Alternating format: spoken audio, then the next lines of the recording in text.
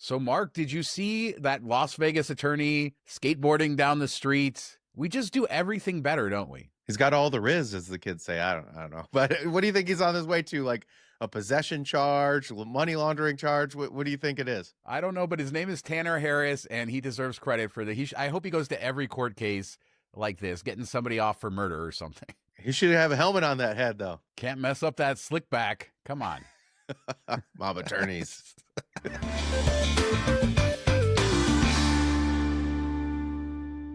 So happy Friday, everybody. The STRAT just turned 30. The Stratosphere Tower, built by Bob Stupak, the evolution of Vegas world, a crazy casino onto itself, just turned 30. April 30th, 1996 was the opening date, and Las Vegas changed forever. Yeah, it's kind of crazy. We see Mirage built around that time, getting a complete remodel. And I know they've updated the Strat over the last couple of years, but could you imagine if they're like, you know what, we're going to take the needle down? Like it just wouldn't be the same in Vegas. Yeah, why don't they build a 1,000-foot tall guitar to replace it? I don't know. It's so iconic to the city. Of course, when it opened, the tallest thrill rides in the world, you still have the Big Shot up there, the roller coaster. It was trying to do something different, and Bob Stupak, a weird history with that guy, but he was a showman for sure. And just think about like the area around it, how bad it was in the last 20, 30 years, and how much the arts district and everything's kind of improved right in there.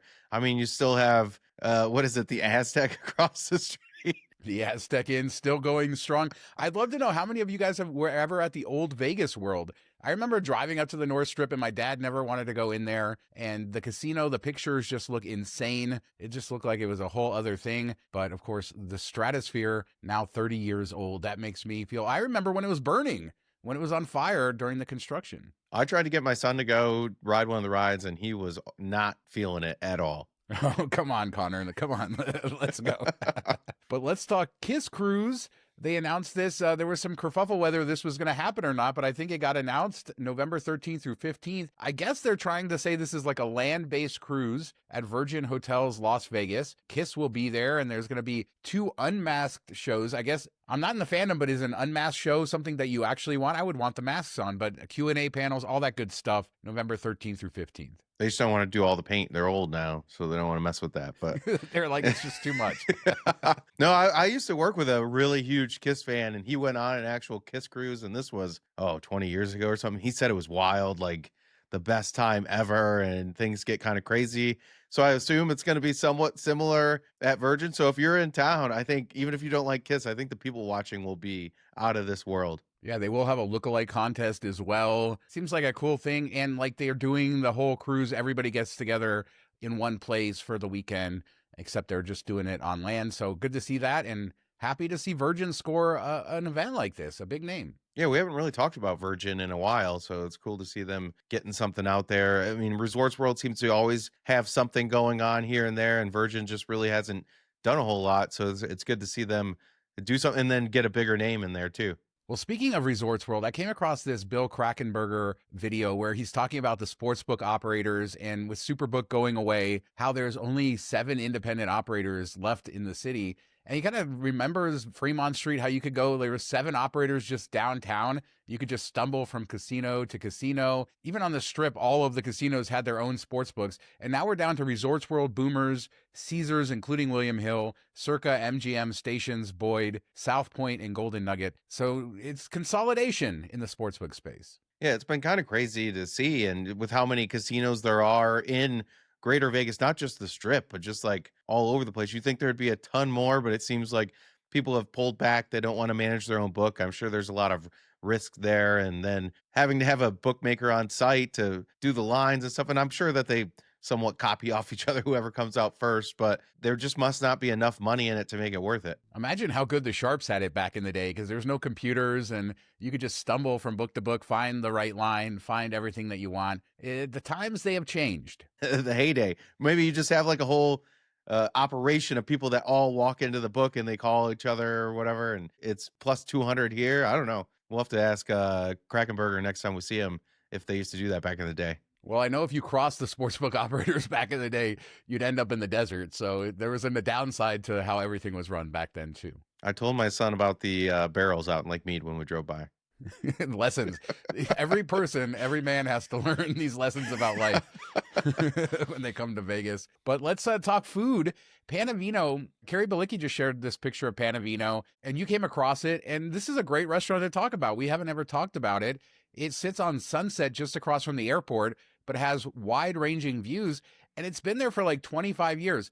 Mark, I celebrated my 21st birthday at Panevino. Yeah, I had never heard of this place, and the design aesthetic kind of reminds me of what you see on the rooftop bars, like Vinyl Room and stuff like that.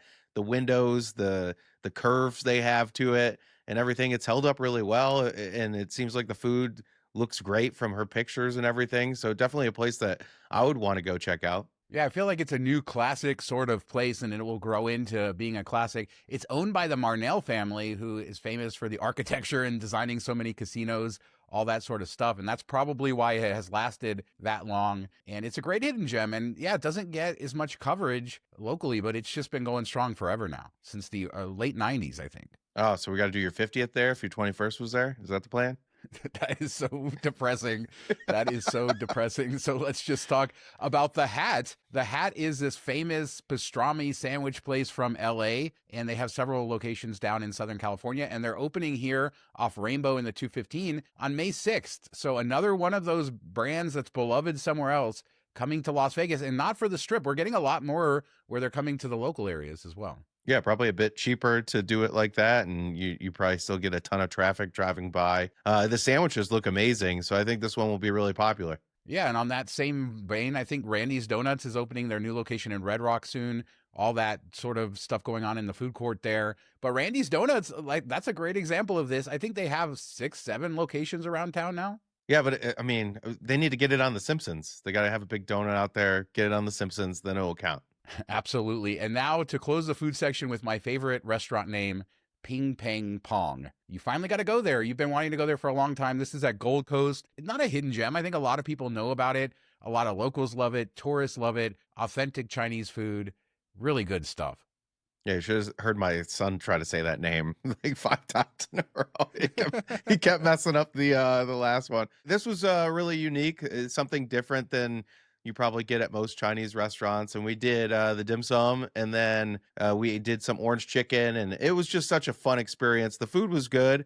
I would say the orange chicken was pretty average of what you'd get at most Chinese restaurants. Nothing out of this world. Dim sum was really cool, and everything we got off the carts was really good. And it's just kind of that fun. And that's what he really loved about it too, was just, oh, wow, this is something different, something unique that you don't see a lot of places. Yeah, and they do a good mixture of authentic Chinese and then orange chicken. Yeah. As you say, they have everything. I think people were like spitting out their drink because I said it was authentic. But there is a lot of authentic. I've had chicken feet there. I've had a lot of authentic dishes there. As you say, the dim sum is good. I haven't been there in a few years. They moved the restaurant a few years ago into a bigger space, a nicer space within Gold Coast. And I know Gold Coast is getting some renovations. Not the sexiest, most modern casino. How long had it been since you've been in there? I'd never been in there, so I've been to Rio and stuff, but never walked across the street. And oh, one more thing I'll say is I love when they're walking around. They're really like trying to sell you on the stuff on their cart. They're opening it up, shoving it in your face, and like, "Do you want some of this? You want this?" And no, but no. Gold Coast was. I thought it was really nice for a locals casino. We walked up to the bowling alley, which was huge and in pristine condition, and then walking around the table pit area, that kind of gave me like throwback vibes. Reminds me a bit of like Tropicana area, little raised ceiling there, and just kind of the chandeliers drop down, just really nice looking, and kind of a throwback to what Vegas used to be everywhere. Obviously, the Spanish architecture. You know, it's interesting you talk about the bowling alley, a giant bowling alley there. And this is a realization I think people don't have about Vegas locals, is sometimes you just bowl in a league and everybody else just goes to their local bowling alley, but we all go to our local casino. Yeah, I think there was a league like tournament going on that day, so it was full and people were rolling. And I was like, my son used to bowl a lot. He bowled from the time he was 6 up until just last year, and then he gave it up for other sports. And I said, "Oh, is this making you miss it at all?" And he said no. Well, maybe he will come back around and want to bowl again. But yeah, that's like growing up in Vegas. You're going to casinos to bowl. That's a interesting property. They just renovated the rooms there. So you have somewhat new rooms, and they're competing with Palms in Rio. And I think it does often get overlooked because of the splashy nature of Palms and all the love or hate that's going into Rio. Yeah, and there was a nice looking noodle restaurant across from the Chinese restaurant Ping Pang Pong. So I don't know if you've ever eaten there, but it looked like a place that we would want to check out. And that's kind of cool that you could go to one or the other. Yeah, that used to be home to Terrible Mike's with the best burgers in town. All the coast casinos used to have them, and it was in that spot. Oh man, the good old days. But I guess they still sort of live on over at the South Point. In a second, we're going to talk about our Four Queens tour, but first, I'd love to invite you to subscribe. We just hit 60K. We're not stopping, so I'd love for you guys to do that. Hit the notification bell too, so you see whenever we release a new video. 61K by the end of the year. Oh yeah. But let's talk Four Queens, Mark. We got to do a tour with the legendary Four Queens. And the way this came about is that we were just having discussions with them after covering them so much on the show. We love their social media. We love what they're doing. And we sort of agreed to just go out and take a tour, chat with Tim Logger and their marketing staff there. I should disclose they gave us each a $300 voucher for Hugo Cellar. That wasn't agreed to ahead of time. We haven't redeemed it yet, and we didn't discuss what we would talk about. But yeah, Tim Logger, he's just like the videos. Yeah, he's exactly what you expect, and he's a good old Midwest boy. So very nice, very approachable. You can tell he really loves his job and just walking around. And the cool thing is the other people that we were there with, and they're like, oh yeah, everybody comes up to him and says, oh, we saw you in your videos. We love the videos. And he's kind of become like a celebrity on the scene. Poor guy. We talked about that beer video way too much where he got splashed in the face. We got all the behind the scenes. Yeah, he's a really great sport, but also we just showed up. We're here for the tour, and he treated us like we had always known him, and just the behind the scenes was incredible. And I want to say shout out to the marketing team too. They really welcomed us there, and that was nice to see in a way that you don't get at some of the bigger properties. Yeah, and I think that's what's unique about, especially being like an independently owned casino. Usually they have a marketing firm that is doing it and just running it. And this is all in-house. A lot of the people that work there have worked there for 20 to 30 years. And that's no different in the marketing team. And even the bartenders, like everybody knows the bartenders at Hugo's, everybody knows the bartenders at Whiskey Up. And they've all been there forever. And that's something that you don't really see at the strip properties, I don't think. Not as much, at least anymore. Well, I've always appreciated Four Queens for the old school throwback. Some people will say, it's not as modern as other properties, but I love the blinking lights, the gold trim everywhere. It just has its own vibe. So let's talk the rooms. We got to tour the North Tower where the renovated rooms are, and the state-of-the-art shower system and all of that. But I was looking at the rates, and during the week, about $65 a night for their base room. On the weekend, maybe goes up to about $140, $150, depending on the weekend, but no resort fees anywhere. And I think this room is very comfortable. We'll talk about the bathroom in a second, but what were your overall thoughts? Yeah, I think it was a well-appointed room, had decent space, and I mean, not the most luxurious thing you're going to see, but I think it fits with what you need, and at those price points, probably perfect for your needs. And everything looked clean. Of course, we're probably seeing a room that they went over with a fine tooth comb, but I'm assuming that most of the rooms are well appointed. The cool thing was they said that when they did the remodel, that they made the soundproofing a lot better. And I think that was the number one complaint in the tower before they had done this. So if you had stayed there in the past and it was too loud, I think that's a reason to maybe check it out again. But of course, the showstopper was the like not small little fridge, but like the bigger of the mini fridges in the room. Every room gets one, which is kind of cool. There isn't a whole bunch of crap in there they're trying to sell you. There's a space to put a couple cases of beer, whatever you want in there. So that's a great perk of the room. We did ask if, after that video we shared in the Cosmo where the guy ate like 14 Hungry Mans in one sitting, we asked if there was any way to get a microwave too, because that'd be perfect. But there was not. The suites do come with a microwave, but the regular rooms do not. Yes, Mark was obsessed with the giant fridges in these rooms. I mean, and they are big. These are big fridges. So if you like to stock up on stuff, you're doing great there. And let's talk the bathroom, because we have talked about the shower system that they put in their marketing. And I even brought it up to the marketing lady because I love how they find unique things to market this property and do it in a unique way. And this bathroom bats way above anything else. I loved it. I thought not only was the shower system, yeah, that's all great. It's really nice looking in person, but I really liked the bathroom, what they did with the very small space in this existing tower, the barn doors. I feel like they made it as big as possible. And shower curtains, dare I say, are better than glass when you have a small space. 100% better. And they didn't do that little quarter glass shower that gets the floor all wet. I hate that crap. Whoever came up with that should be kicked out of design school or whatever. But no, the shower looked so much better in person than we saw in like the photos and stuff. It looked a little bit gimmicky in the photos of just the shower, but when you see it in person, I think it matches really well with the tile they picked. It's kind of like a frosted glass feel. It feels very high end, and then you get in the water shooting out at different areas and stuff. So I think it'll be a good experience. But the cool thing that Tim had told us was they had set up 4 different rooms when they were doing before they did this remodel, and they designed them all in a different way, used a different door, used a different style of tile, or however, like each had its own little design feel.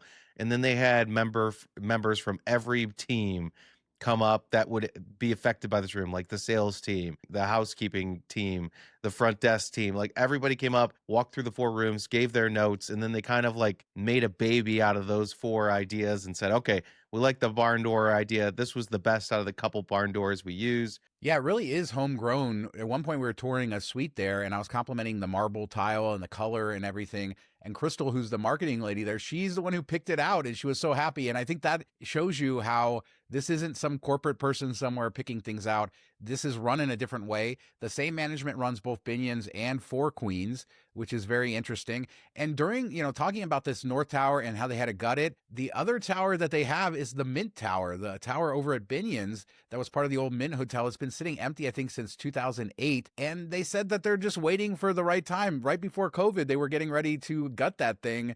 So maybe someday we have hope of the Mint returning. Yeah, and I thought the suite was really nice. You walked in, it had like a wet bar, it had the microwave there, it had a fridge and everything. You have a nice living room, and then back sectioned off a bit. It's not like an open suite where you see the bed and everything, or at least this one wasn't. But you go back there, the tub was huge. You could fit like 4 people in that tub. So if you wanted to splurge a little bit, or you had a big group going there for some type of party and you wanted a hangout space, I think that's a well-appointed option for you on Fremont Street. But yeah, it was cool. And I don't know, do you want to just dive into the whiskey up now that we're talking Binions? Yeah, let's talk whiskey liquor up. We found out this is Tim Lager's baby and got to tour it a little bit. And one thing about all the food over at Four Queens that maybe people don't know and that they told us, it's all scratch kitchens. So the food quality is high, even at a place like Whiskey Liquor, where it seems like, oh, it's a bar, it's overlooking Fremont Street.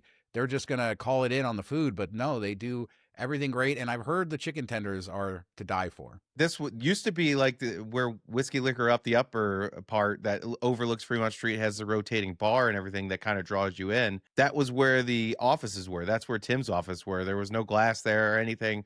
And he kind of noticed there was a concert going on outside. It was super loud. They were testing for it.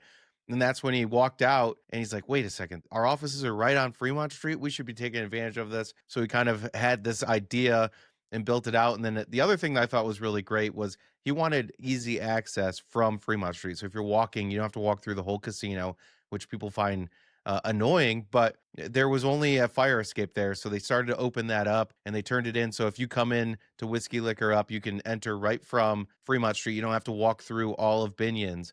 But when you walk through there, they've discovered part of the Mint sign, the original Mint wall and everything. And you can see bits and pieces of that as you walk up, which I think is phenomenal if you love old school Vegas. Yeah, that's one of the old Vegas little tips that most people probably don't even know. They just walk right by that petrified wood wall. You can see part of the sign and it's right inside the door. But the food, I think, is a big deal there.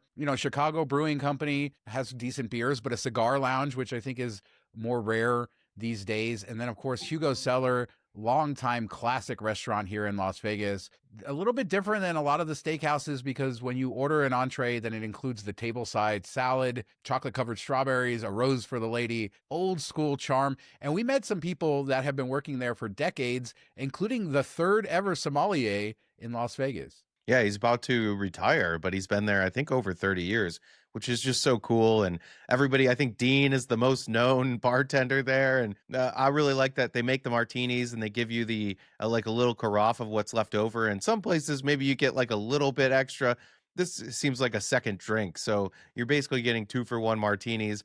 They give you an ice bucket to put it in so it stays chilled, when you're ready to drink, which I thought was unique, something I haven't seen anywhere else before. But yeah, like you said, tableside salad, that's 25, $30 somewhere else. The way they're charging for these things, that's included in your steak. The baked potato, you don't need to pay $22 at Martha Stewart. It's coming, the potato side's coming with it. So I think that's kind of unique and maybe something people look at the menu prices and go, oh, that steak's a little bit higher than other places, but everything is included. I've always loved Hugo Cellar, how it just you go down into this basement below the casino, you turn the corner and then you feel like you're in a different world.